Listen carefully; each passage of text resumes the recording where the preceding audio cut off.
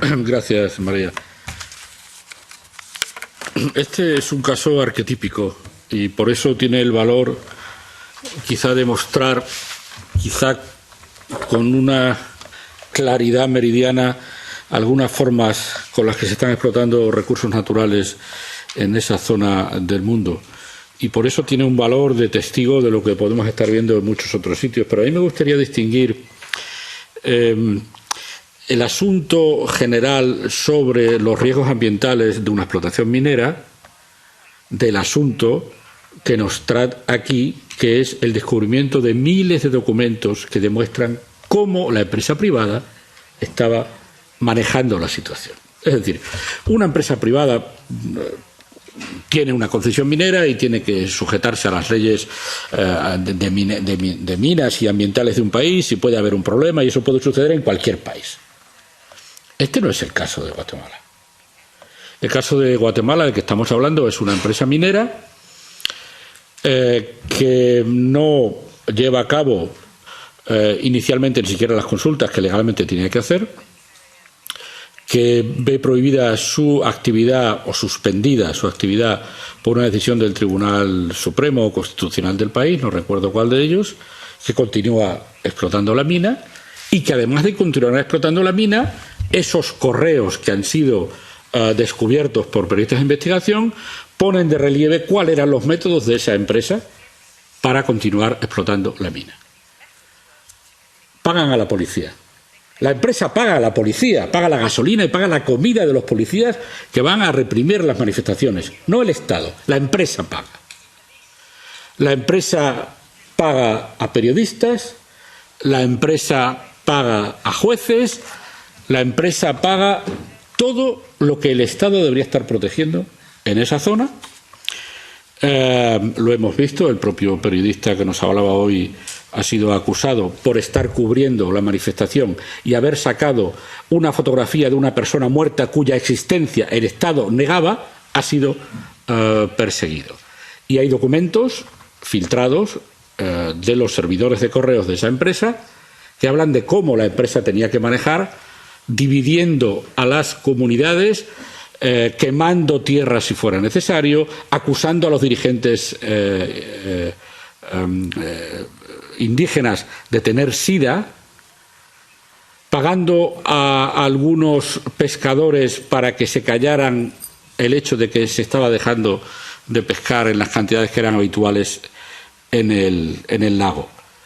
Si el problema no es que una mina pueda tener problemas, el problema no es que una mina pueda crear un problema por una falta de diligencia, por un hecho catastrófico, o por un movimiento de tierras inesperado. Eso no es el problema. El problema es por qué en Europa esas cosas pasan.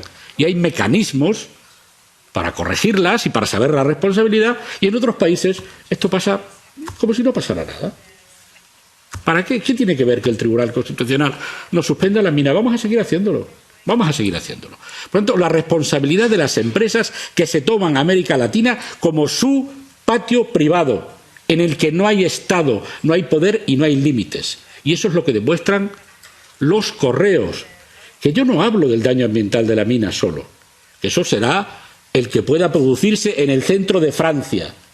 Hablo de cómo una empresa considera que si es Guatemala no hay límites. No hay límites para instalarse, no hay límites para controlar, no hay límites para ejercer presión sobre las comunidades, no hay ningún límite.